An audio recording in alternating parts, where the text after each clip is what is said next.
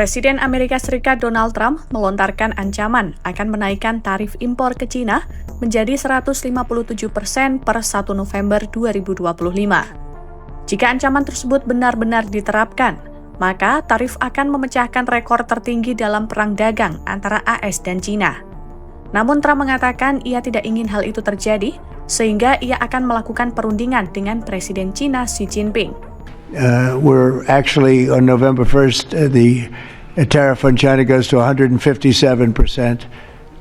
which is record-setting territory. And we don't want that because it's not sustainable for them. They can't sustain that. We don't want them to have to go through that. So I'm meeting with President Xi, and we'll see what happens at the end of next week, because I'll be meeting next week, as you know, along with we're stopping in Malaysia, we're stopping in South Korea, we're stopping in Japan.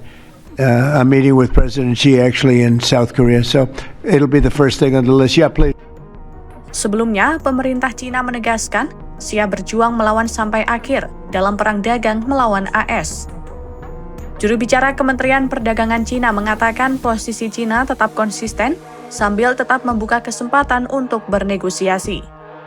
AS dan Cina dikabarkan akan bertemu di Malaysia mulai Jumat 24 Oktober 2025 untuk memulai perundingan perdagangan.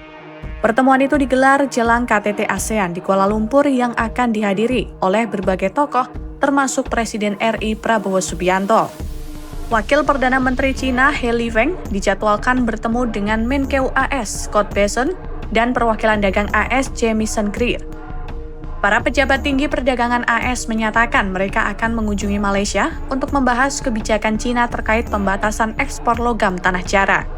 Kebijakan tersebut memicu perang dagang, mengingat AS membutuhkan logam tanah jarang untuk industri teknologi hingga persenjataan mereka.